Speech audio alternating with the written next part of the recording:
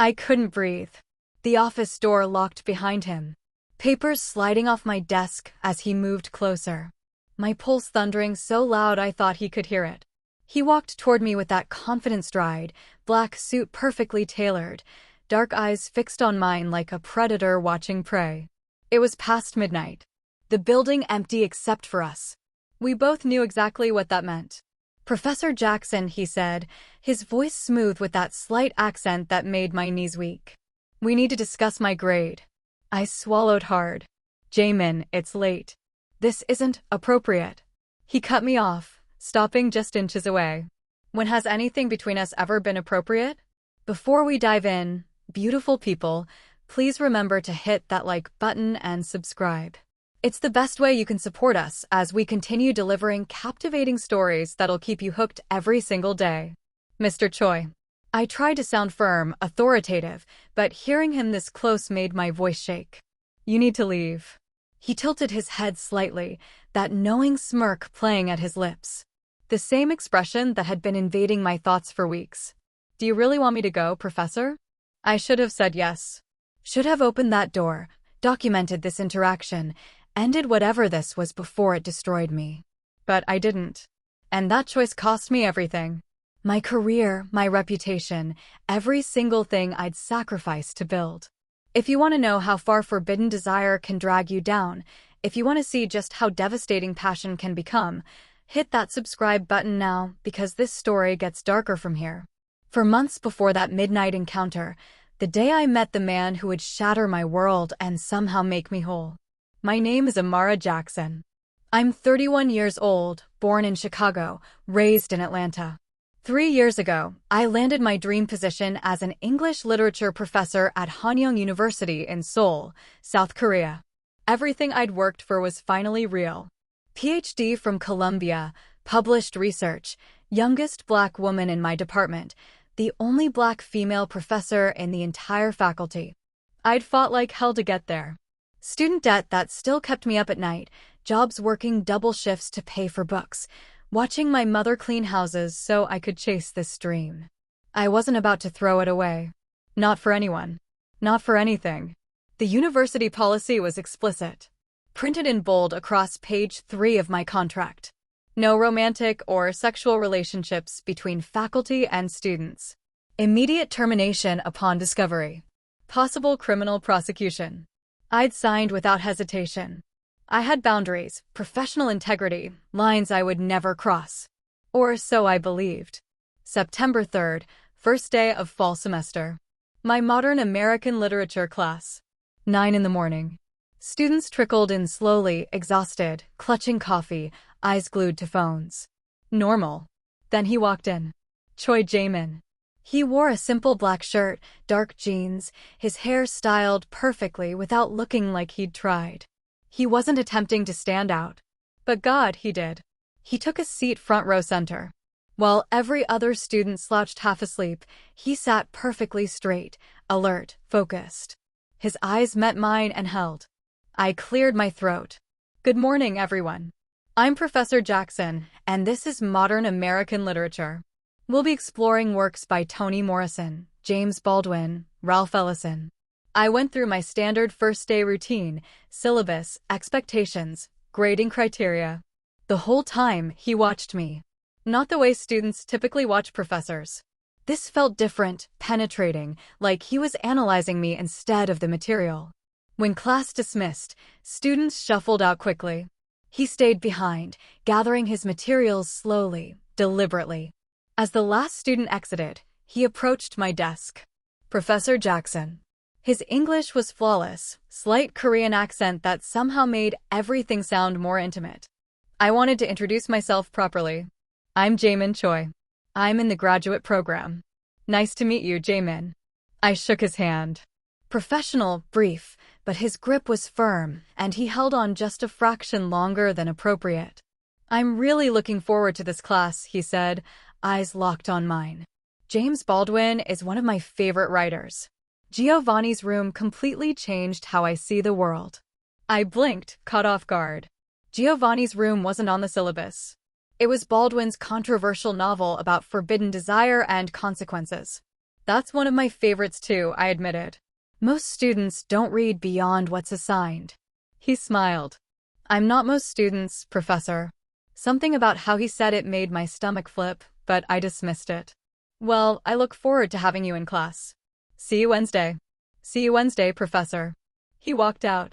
And I convinced myself I was imagining things. He was just an enthusiastic student, intelligent, passionate about literature. Nothing more. I was so wrong. The signs appeared immediately. After every class, he'd remain behind. Ask questions, not simple clarification questions. Deep, probing questions about symbolism, about race and gender in American literature, about how Baldwin's experience as a Black gay expatriate influenced his perspective. We'd talk for 30 minutes, sometimes longer. The conversations were intellectually engaging. I told myself that's all it was. Mentorship, what good professors do.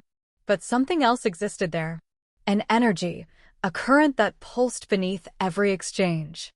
The emails started week 2. Professor Jackson, I'm having difficulty with the Toni Morrison essay. Could we meet to discuss? Jamon. Professor Jackson, I found this article about Baldwin's relationship with Nina Simone. Thought you might find it interesting. Jamon. Professor Jackson, are you available Thursday evening? I'd appreciate your input on my thesis proposal. Jamon. Every email was professional, appropriate, but I started noticing patterns. He'd send them late at night, 10:30, 11, midnight, like he was thinking about me when he should have been sleeping. And God forgive me, I started anticipating them. One Thursday evening, he came to my office hours. Late, around 7:30. Most of the building had cleared out. The corridors were silent except for the buzz of overhead lights. He knocked on my door. Professor, do you have a moment? Of course. Come in. He entered and closed the door behind him. Not completely, but enough that it felt private and closed. He sat across from my desk, his posture relaxed but intentional. He wore a white shirt, top button undone. Not inappropriate, but enough to make me look away.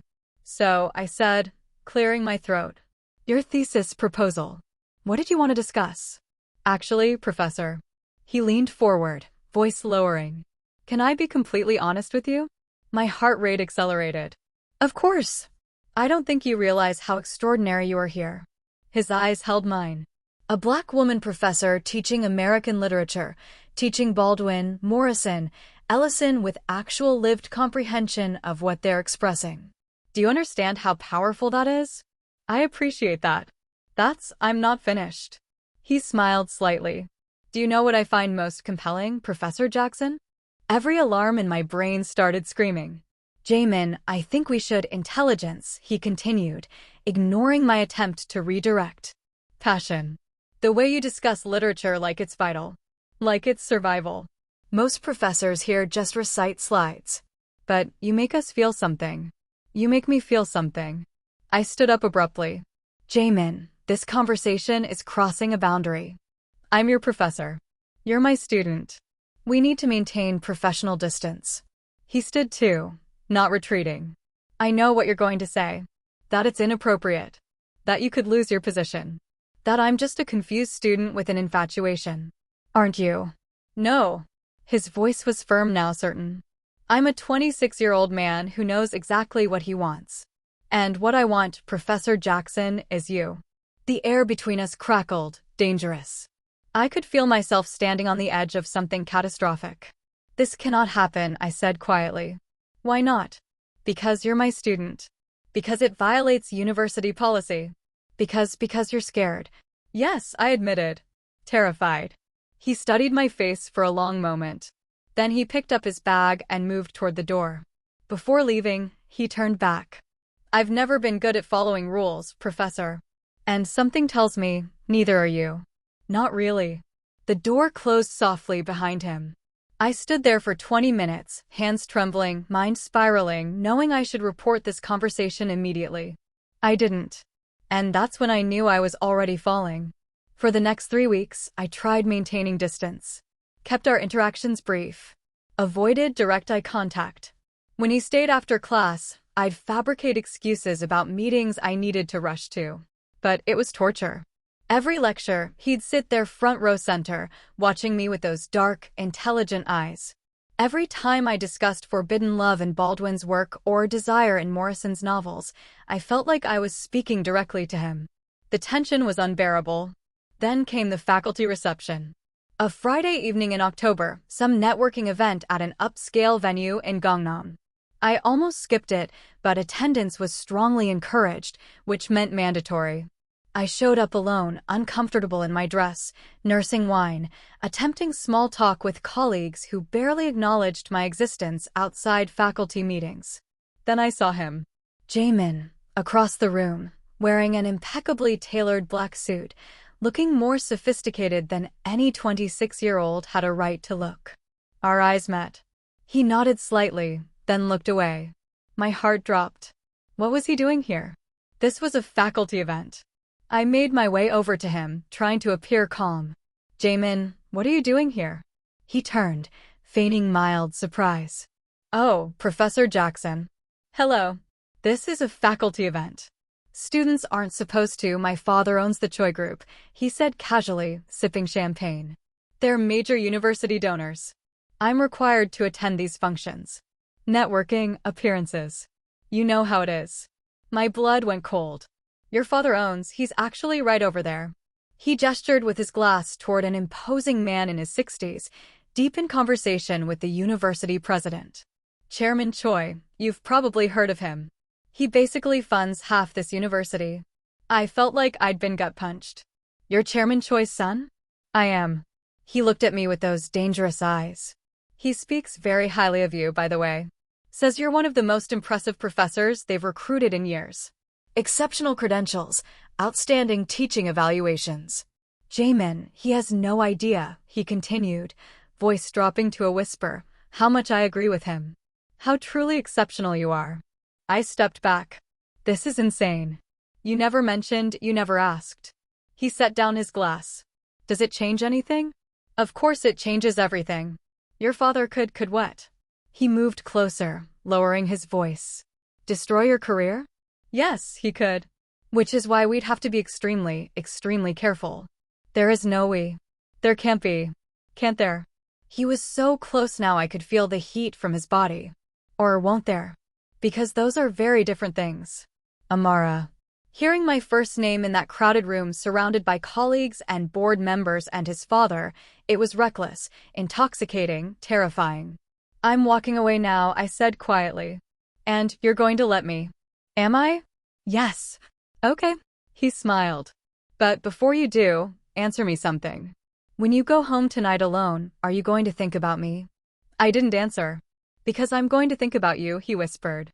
I think about you constantly, Amara. I imagine what it would be like if you stopped being so noble, so professional. If you just let go. Jamon, I'm not a child, he said firmly. I'm a man, and I know what I want. The question is, do you? I turned and walked away before I could do something reckless. But he was right about one thing. That night alone in my apartment, I thought about him. I thought about him obsessively. And that's when I knew I was in serious danger. I held out for 3 more weeks, the most agonizing weeks of my existence. Every class felt like slow suffocation. Every email he sent made my heart race. Every time I saw him in the corridor, my resolve crumbled a little more. I tried dating other people. Went on 2 dates with an American expat I met at a bookstore. It didn't work. All I could think about was Jamon. I considered requesting a transfer. Browsed job listings in other cities, other countries, but I couldn't make myself do it. Then came the rainstorm. A Friday night in late October. I was in my apartment grading papers, listening to rain pound against the windows. Seoul was drowning in a typhoon. At 10:15, my doorbell rang. I wasn't expecting anyone. For a moment, I considered ignoring it. But I answered. And there he was. Jamon standing in my doorway, completely soaked, his white shirt transparent, clinging to his skin, hair dripping water, shivering. I'm sorry, he breathed, water pooling at his feet. I was at a cafe nearby studying and the rain hit. I tried to catch a taxi, but everything's flooded. I didn't know where else to go. Every rational thought in my brain screamed, give him a towel. Call him a car. Send him away. But I couldn't move. Couldn't speak. Can I come in? He asked softly. Please. I stepped aside. He walked in, leaving wet tracks on my floor. I grabbed a towel from the bathroom and handed it to him. Thank you. He dried his face, his hair, but it didn't help much. He was still drenched. You should take off those wet clothes, I said, immediately regretting how that sounded. I mean, you'll catch something. I have a robe you can wear while your clothes dry. Okay. I went to my bedroom, grabbed my robe, handed it to him. He took it and walked to the bathroom. I stood in my living room, heart hammering, trying to convince myself this was innocent. He was caught in the storm. I was being decent. Nothing was going to happen. The bathroom door opened. He emerged wearing my robe. It was slightly too small on him, showing more of his chest than I needed to see. His hair was still damp, falling across his forehead. He looked vulnerable. Beautiful. Dangerous. Your clothes, I managed. I'll put them in the dryer. Amara, he stopped me with my name. Stop. Stop what? Pretending. He walked toward me. Pretending you don't want this. Pretending you don't think about me the way I think about you. Jamon, you need to leave. Do I? He was close now, too close. Or, do you want me to leave? Those are different things. What I want doesn't matter. It's the only thing that matters. My back was against the wall now, literally. He placed his hand on my chest, right over my racing heart. Your heart is pounding, he whispered. Because this is wrong. Why is it wrong? You're my student. I'm a man who wants you. His hand moved up to my face, thumb tracing my jawline. Tell me to leave, Amara. Say it. Mean it. And I'll walk out that door right now and never mention this again. You need to leave. This can't happen. We can't do this. But nothing came out. Because I didn't want him to leave. God help me, I wanted him to stay more than I'd ever wanted anything. I can't, I whispered. Can't what? Can't tell you to leave. He smiled. Then don't. And he kissed me. It was gentle at first, questioning, like he was giving me one final chance to push him away. I didn't. Instead, I pulled him closer, my hands tangling in his damp hair. The kiss deepened, became urgent, desperate. Months of tension and denial exploding all at once. He pulled back, breathless. Are you sure? No, I said honestly. But I don't care anymore. Good, he whispered. Neither do I. What happened next, I won't detail, but that night every line I swore I'd never cross, I crossed it. Every boundary I'd constructed, I demolished it. We made love like the world was ending, desperate, passionate, wrong in every way that mattered and right in every way that didn't. Afterward, we lay tangled in my sheets, his head on my shoulder, both of us trying to catch our breath. We can't do this again, I said quietly. He laughed softly. Yes, we can. Jamon, shh. He kissed my collarbone. Just for tonight, can we not think about consequences? Can we just exist? I held him tighter. Just for tonight. But we both knew it was a lie. Because the thing about forbidden love, once you taste it, you can't stop. For the next 2 months, we lived a double existence. In class, he was the model student. Called me Professor Jackson, sat front row, asked thoughtful questions, participated in discussions. No one suspected anything. But at night, he'd sneak away from his family's estate. I'd pick him up 3 blocks away. We'd return to my apartment and lose ourselves in each other. It was reckless, dangerous, addictive. We couldn't keep our hands off each other. In my apartment, in my car parked in dark corners, once, God forgive me, in my office after midnight when the building was empty. Someone could catch us, I'd whispered that night, his body pressed against mine, my desk digging into my back. I know, he'd breathed, kissing my neck. That's what makes it thrilling. He was dangerous, fearless, and I was completely, hopelessly addicted to him. We'd spend hours talking too. About literature, about life, about his controlling father who'd mapped out his entire future, about my struggles as a Black woman in Korea, always feeling like an outsider. Do you ever regret coming here? He asked one night, his fingers tracing patterns on my arm. Sometimes, I admitted. It's isolating. I don't really belong anywhere. You belong here, he said softly, placing his palm over my heart. With me. Jamon. I love you, he said suddenly, looking up at me with those earnest eyes. I know it's fast. I know it's complicated, but I do. I love you, Amara. My heart stopped because I knew the truth. And saying it out loud would make this real, would make losing him hurt even more when it inevitably collapsed. But I couldn't lie. Not to him. I love you too, I whispered. God help me, I do. He kissed me then, soft, sweet, full of promise. We'll figure it out, he murmured. We'll find a way. I wanted to believe him, but deep down I knew we were living on borrowed time.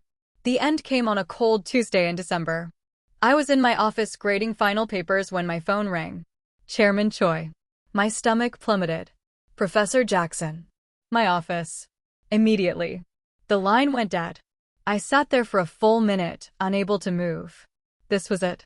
Someone had seen us. Someone had reported us. It was over. The walk to his office felt like a death march, every step heavier than the last. When I entered, he was sitting behind his massive desk, stone-faced, cold. And next to him in a chair, his eyes red and swollen from crying, Jamon, sit. Chairman Choy commanded. I sat.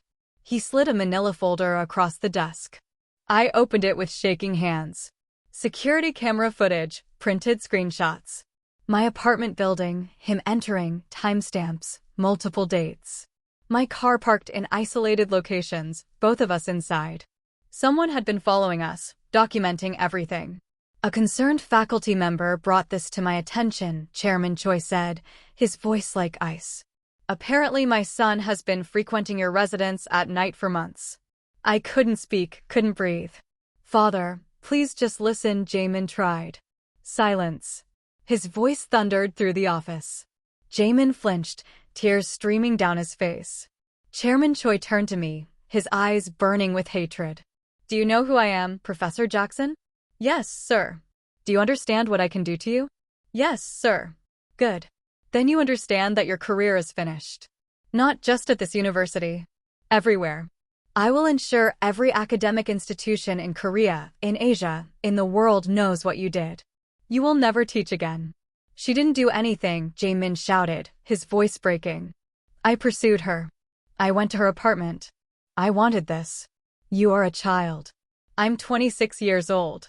You are my child, and this woman, he pointed at me with disgust, this woman abused her position of power. She took advantage of you. She manipulated you. That's not true, he was sobbing now. I love her. Chairman Choi's face turned crimson. You don't know what love is. I do. And she loves me too. He turned to me, his voice deadly calm. Is that true, Professor Jackson? Do you love my son? Every instinct screamed at me to deny it, to save myself, to lie. But I couldn't. Yes, I said quietly. I do. His jaw clenched. Then you're an even bigger fool than I thought. He opened a drawer and pulled out a document, pushed it across the desk. You have two options. Sign this resignation letter, leave Korea within 1 week, and I won't press criminal charges for sexual misconduct. Criminal charges? I stared at him. He's 26 years old. It's not. It's abuse of power coercion. I have lawyers who will ensure you rot in prison if you don't comply. He leaned forward. Or you can refuse, fight this, and I will destroy you. Your reputation, your career, your life. I will make sure you never work anywhere ever again. Choose. Jamon grabbed my hand, his touch warm, desperate. Don't do this, he pleaded. Amara, please. We can fight him. We'll get lawyers. Jamon, I said softly, my voice breaking. It's over. No. No, please. I pulled my hand away from his. It was the hardest thing I'd ever done. I looked at Chairman Choy. I'll resign. Amara, he stood up, trying to reach for me. His father grabbed his arm. You're making the right choice, Chairman Choy said coldly. But for the record, I continued, my voice steady despite the tears burning behind my eyes. I love your son. What we had was real. It was wrong, yes, but it was real. And he deserves better than a father who treats him like property. His eyes flashed with rage. Get out of my office. I stood, looked at Jamon one last time. His face was shattered, tears streaming, mouth open in a silent scream. I'm sorry, I whispered. Then I walked out and I didn't look back. 3 days later, I was on a plane to Atlanta. No goodbye. Chairman Choy made sure of that. He had security escort me from my apartment to the airport. I wasn't allowed to contact Jamon. One text, one call, and he'd press charges. I left my entire life behind. My job, my apartment, my dreams. And him. I tried to convince myself it was for the best, that he'd move on, finish his degree, find someone appropriate, someone his father would approve of. I tried to tell myself I'd move on too. But 6 months later, living in my mother's house in Atlanta, working tutoring jobs, barely making ends meet, I still dreamed about him every night. Still felt his touch, heard his voice, remembered the way he looked at me like I was his entire world. And every morning I woke up in an empty bed and remembered I'd given up everything for him. And I'd do it again. If you're still watching this, if you made it this far, then you know this isn't just a story. This is real. This is what forbidden love actually costs. Subscribe right now if you want to see part 2. Because what I haven't told you yet is what happened 6 months later when I heard a knock on my door in Atlanta. When I opened it and saw him standing there in the rain. I told my father to go to hell, he said. And I came to find you. That's part 2. And trust me, you're not ready for what happens next. Hit subscribe, turn on notifications, and I'll see you in the next one. Because this story is far from over. If you enjoyed this story, let me know in the comments below.